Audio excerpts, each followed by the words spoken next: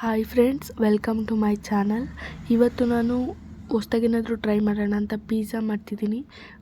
Veg non veg ಎರಡು ಮಿಕ್ಸಲ್ಲಿ ಡಿಫ್ರೆಂಟಾಗಿ ಮಾಡ್ತಿದ್ದೀನಿ. ನೋಡೋಣ ಬನ್ನಿ ಹೆಂಗಾಗುತ್ತೆ ಅಂತ.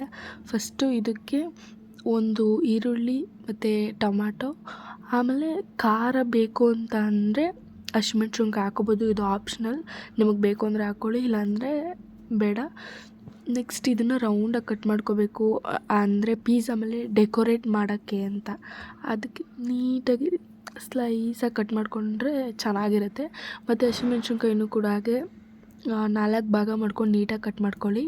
ಟೊಮೊಟೊನೂ ಅಷ್ಟೇ ರೌಂಡಾಗಿ ಕಟ್ ಮಾಡ್ಕೋಬೇಕು.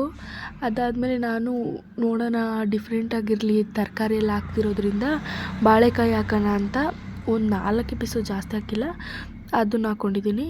ನೆಕ್ಸ್ಟ್ ಮಸಾಲೆ ಇಟ್ಕೊತಿದ್ದೀನಿ.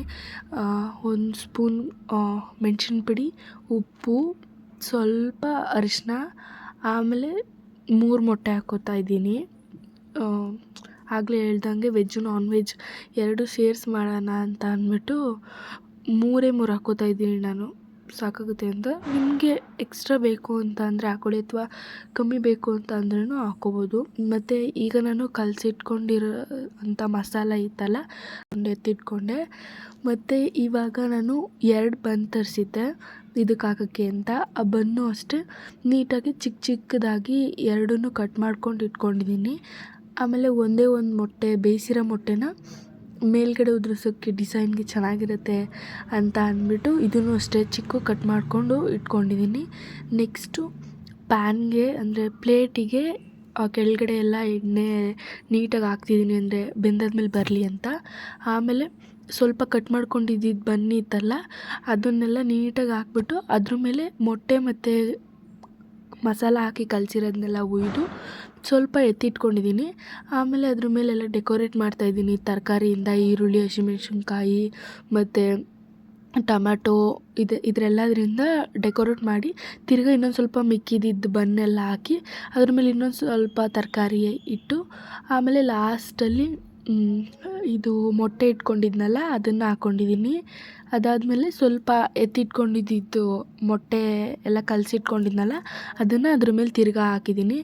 ಸ್ವಲ್ಪ ಅದ್ರ ಮೇಲೆ ಖಾರದ ಪುಡಿ ಅಂದರೆ ಮೆಣಸಿನ ಪುಡಿ ಎಲ್ಲ ಹಾಕಿ ನೆಕ್ಸ್ಟ್ ಓವನ್ಗೆ ಇಟ್ಟಿದ್ದೀನಿ 5 ಮಿನಿಟ್ಸಿಗೆ. 5 ಮಿನಿಟ್ಸಿಂದ 10 ಮಿನಿಟ್ಸ್ ತನಕ ಬೇಯಿಸ್ಬೋದು. 5 ಮಿನಿಟ್ಸಿಗೆ ಬೆಂದಿರಲಿಲ್ಲ, ಸೊ ಇನ್ನೊಂದು 5 ಮಿನಿಟ್ಸ್ ಹಾಕಿ ಬೇಯಿಸಿದೆ. ತುಂಬ ಚೆನ್ನಾಗಿ ಬಂದಿತ್ತು. ಸ್ಮೆಲ್ಲಂತೂ ತೆಗಿತಿದ್ರೆ ತುಂಬ ಚೆನ್ನಾಗಿತ್ತು. ಸೊ ಈಗ ಇದನ್ನು ಹೆಂಗೆ ಬಂದಿದೆ ಅಂತ ನೋಡೋಣ. ಫಸ್ಟು ಇದನ್ನು ಕಟ್ ಮಾಡ್ಕೊಳ್ಳೋಕ್ಕೂ ಮುಂಚೆ ಸೈಡಲ್ಲೆಲ್ಲ ಇದು ಮಾಡಬೇಕು, ಏಕೆಂದರೆ ಅದು ಅಂಟ್ಕೊಂಬಿಟ್ಟಿರುತ್ತೆ. ಸೊ ಅದನ್ನು ಸೈಡಲ್ಲಿರೋದೆಲ್ಲ ನೀಟಾಗಿ ತೆಗೆದು ಈಗ ಕಟ್ ಮಾಡ್ಕೋತಾ ಇದ್ದೀನಿ ನೀಟಾಗಿ. ಸ್ವಲ್ಪ ಅಂದರೆ 4 ಭಾಗ, ಅದರಲ್ಲಿ 2 ಆ ಥರ ಚಿಕ್ಕಗೆ ಮಾಡ್ತಾಯಿದ್ದೀನಿ. ನಾನು ವೆಜ್ ನಾನ್ ವೆಜ್ ಎರಡು ಮಿಕ್ಸ್ ಮಾಡ್ತಿರೋದ್ರಿಂದ ಹೆಂಗೆ ಬಂದಿತ್ತು ಅಂತ ಅಂದ್ಕೊಂಡಿದ್ದೆ. ತುಂಬ ಚೆನ್ನಾಗಿ ಬಂದಿದೆ, ನನಗಂತೂ ಸಖತ್ ಇಷ್ಟ ಆಯಿತು. ಟೇಸ್ಟ್ ಅಂತೂ ಸೂಪರ್ಬಾಗಿ ಬಂದಿದೆ. ಇದಕ್ಕೆ ಸ್ವಲ್ಪ ಚಾಟ್ ಮಸಾಲ ಇದ್ದಿದ್ರೆ ಚೆನ್ನಾಗಿರ್ತಿತ್ತು. ಸಖತ್ತಾಗಿ ಬಂದಿದೆ, ನನಗಂತೂ ತುಂಬ ಇಷ್ಟ ಆಯಿತು. ಟೇಸ್ಟ್ ಅಂತೂ ಸಖತ್ತಾಗಿದೆ. ನೀವೊಂದು ಸಲ ಮನೇಲಿ ಟ್ರೈ ಮಾಡಿ. Thank you.